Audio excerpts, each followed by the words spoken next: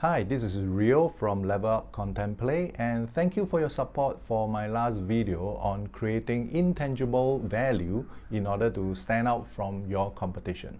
I received some queries or some requests to come up with more examples so that it will be clearer on what exactly or how exactly do you come up with intangible benefits or intangible differences and value to stand out.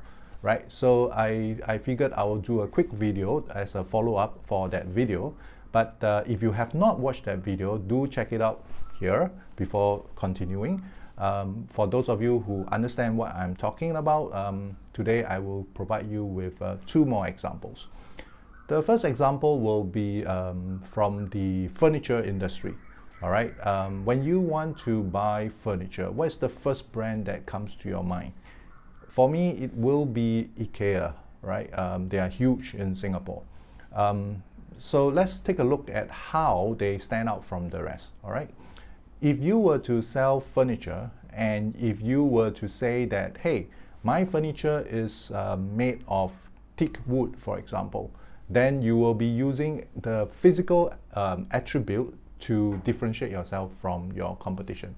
That will be the first level, all right? And I've also said that for physical differentiation, it is very easily copied. Some other competitor can also use the same material or can use even better material, for example, if there's such a thing, all right?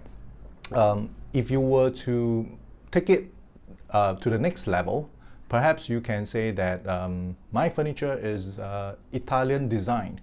If you use my furniture, your home will be decorated like a palace. So that would be an extrinsic benefit, okay? Slightly better than talking about the physical attributes of your furniture. But if you were to take it even further and look at intrinsic benefits, perhaps you can say that, hey, if you were to use my furniture, you will be able to have an opportunity to showcase the warmth of a European home. All right, and it is really an intrinsic one because you are then able to show off your home to your friends and relatives, right? So that will be a intrinsic benefit that you can offer to your customers. Now, how does IKEA do it and even make it one level up? I mentioned that emotions is really something that will make people become a die-hard fan of your brand. IKEA is not exactly selling furniture. What they are selling is ideas. So what you do when you go to an IKEA store, right, is that they have the different ways of arranging the furniture and so on to stimulate the thinking of the customers. So when the customer would walk through their showroom, they are actually activating their own creative minds as well, and they are actually thinking, hey, my living room can look like this, or my kitchen can look like that. And they are actually thinking of their own design within their own minds, utilizing IKEA's furniture. So that's why you cannot compete with them, because no designer can win the customer's design, right? It is for the customer anyway. The customer will always think that their design is the best, right? So because of this co-creation that IKEA allows, in other words, they provide a piece of canvas, so to speak, to allow their customers to participate in this creation of the design itself, so that their furniture becomes secondary. It is only the tools, or it is only the pieces for the customer to use in order to create their own design. So that is why when it comes to IKEA, their differentiation, their unique selling proposition is intangible and is so strong. Okay, so what can you do if you are a furniture, you're in the furniture industry? What can you do to fight back? All is not lost, even though IKEA is really powerful in the sense that they have already developed a lot of content and they are really miles ahead in this playing field. Technological advances is happening all the time.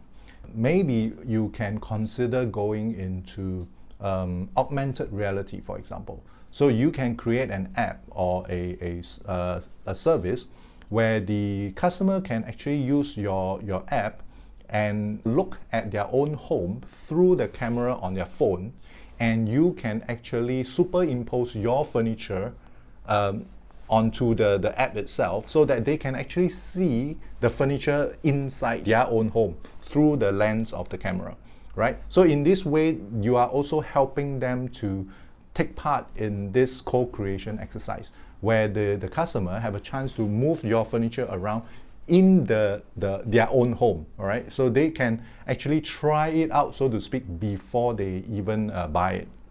Now, after they have so-called switched and chosen the furniture that they like, and they have actually tried it out using the augmented reality app, and they like what they see, they can actually save that particular furniture or that particular layout and send it to you, and then you can arrange for a appointment where they can come down to your showroom, where you would have already arranged the furniture in the way that they have saved it.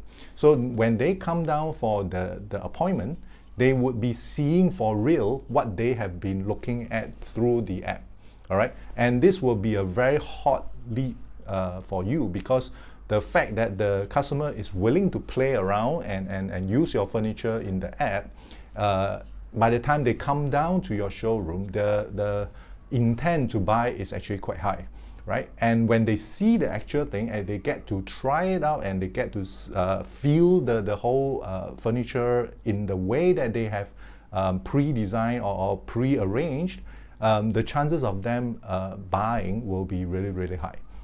Okay, so this is one idea that I can come up with in terms of how you can also create intangible value for your customers. All right. The second example that I would like to come up with is really for the restaurants. Okay, and this really comes from a recent trip that I made to Lijiang, China. And don't worry, it was before the COVID-19 outbreak. All right. Lijiang is actually famous for the UNESCO Heritage Old Towns. Okay, and when it comes to UNESCO Heritage Towns, we know that what is the key selling point is really about heritage and about culture. You are not allowed to tear down any of the old buildings. You are supposed to preserve all the old buildings. So the exterior is pretty much the same for everyone already. Okay, and because we are talking about culture and heritage, other than the language itself, the main component of culture that everybody likes and everybody is crazy over is obviously food. Okay, so when you walk through the old town of Lijiang, right, you will realize that every few steps you will have restaurants selling pretty much the same dishes, because those are the traditional dishes from that area, and that is part of the heritage that they're trying to preserve. That's why they got that UNESCO award, right? So if you are one of the restaurants in this old town, how then can you stand out from the rest? I came across this particular restaurant that did it really, really well, and I would like to share with you how they do it, all right? First of all, they have the first level differentiation. They did a physical differentiation. The owner is actually not from the region of Yunnan. The owner actually comes from the region of Sichuan, all right? So their cuisine is slightly different from that of Yunnan, where Lijiang is located, okay? What he did is to come up with a menu that proclaimed that theirs is a fusion of the Sichuan and the Yunnan cuisine. So in that way, they are already creating a physical differentiation with the other restaurants. Number two, what they did was to proclaim themselves as a foodie's private kitchen. All right, that is essentially the name of the restaurant translated. So what they are saying is, hey, we are not that mass-produced stuff that you see along the street that every other shop is selling. Ours is special because it is a private kitchen. It is really personal recipes that we are offering you, and they are fusion recipes that people are not familiar with. So they have managed to create yet another level of differentiation. Because when you tell people that I'm a foodie's private kitchen, it gives people the impression that, oh, this is going to be special, it's going to be different. But that's not all. That is not enough anyway. So they come up with additional differentiation points to enhance this differentiation, right? What they did is, first of all, they will put up signs to tell people that, hey, if you want to eat here, you have to wait, because there's only limited tables. It's a private dining anyway, right? You are actually going into a so-called traditional house where you have only that few tables where you can get to try their food. All right, so they are saying that, hey, if you can't wait, we won't keep you. All right, but if you are waiting, we won't rush you either, because good stuff needs to wait, right? And we all know, as Singaporeans who love to eat, we are willing to wait, right? And we will willingly sit there, or we willingly queue, because we know that if people are queuing for the food, it is going to be something good, right? So that psychology of the herd mentality, so to speak, when you see people waiting and queuing for something, willingly standing in line in the winter even, all right, you will know that, hey, this restaurant is going to be good. So that is something that they did as well. Not only that, they also come up with a couple of, I would think, gimmicks. Okay, so for Yunnan, one of the famous dishes is the guoqiao mi xian. Okay, it's a kind of a noodle, a vermicelli noodle. And like I mentioned, every other store you will have somebody selling this particular dish. So how can you make yours different or special? So what they did was to actually claim that they have a secret recipe for their version. Okay, and not just that, it is limited to only 20 bowls a day. So imagine 20 bowls in the heart of a UNESCO heritage town. It will be sold out very quickly. So those who did not get to eat it, like me, will feel like I've missed out on something, and I wish I will definitely have to go back again to try it, because I didn't get to eat this special dish, right? And for those who manage to get it, they will feel like they have that exclusivity, okay? They will feel that they are special because they got to try it and you didn't, okay? So that created a craving and a demand for their dish, okay? And people would want to go to this particular restaurant because the word will spread that says that, hey, there's this special dish that not everybody will get to eat it because there's only 20 bowls a day. All right, and you will try your darnest to go there early and try to get your hands on that particular bowl of noodles. Okay, obviously that bowl of noodles must have a certain standard, all right? Otherwise, this particular gimmick will not work either, okay? People will just say that, oh, it's not worth the effort or something like that, okay? So obviously, it is of a certain standard, but coupled with all these other elements that I've just mentioned, it just makes the noodles a lot more desirable and the restaurant a lot more desirable for the customer. So this is how you differentiate. But this particular restaurant has one more trick up its sleeve that I totally am impressed, okay, when I was there. And that is that they have a particular dish with story behind it. So what they actually wrote in the menu for that particular dish is that this dish came about because of a customer that came to their restaurant 8 years ago. And this is a rich person, influential person, that actually came and stayed at their place and brought his own chefs. Okay, he was very particular about his food, and he actually brought his own chefs.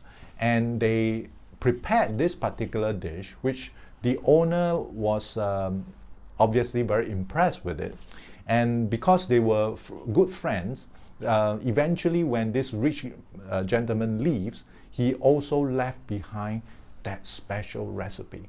And then from that day onwards, the restaurant began to offer this particular dish on their menu, and it was claimed that everybody who tried it loved it. Okay, so in that menu, you have this particular dish with this particular story to say that, hey, this is a special recipe that is handed down 8 years ago from this gentleman that was so rich that he traveled around with his own chef and entourage, obviously. And this is a special dish that you cannot try anywhere else. All right, and because of that story, it created a emotional link for the customers. This story cannot be replicated by other competitors because this story is unique for this restaurant only. Okay, and because it is unique, no other competitor can copy. And therefore, this kind of differentiation makes this particular restaurant a lot more special compared to all the run-of-the-mill restaurants that you see in the Lijiang Old Town. Which is also why when we did our little research on where to go for dinner, this particular restaurant came up tops very easily, okay? Because there's simply so much that makes you want to go and try it because it sounds so exciting and it sounds so interesting and there's so many special stuff that you want to try. So I hope this little additional add-on to my earlier video will clarify things a lot more so that you will understand what is the difference between creating physical differentiation, which is easily copied, and coming up with intangible benefits or psychological differentiation that will be very much more difficult for your competitor to copy you and will also create more loyal fans. Okay, so I hope this is helpful, and do leave your comments below if you agree or if you have other opinions, or if you have any other comments or any other areas that you want me to touch on. Do leave comments below and I will create more content for you. See you again. Bye bye.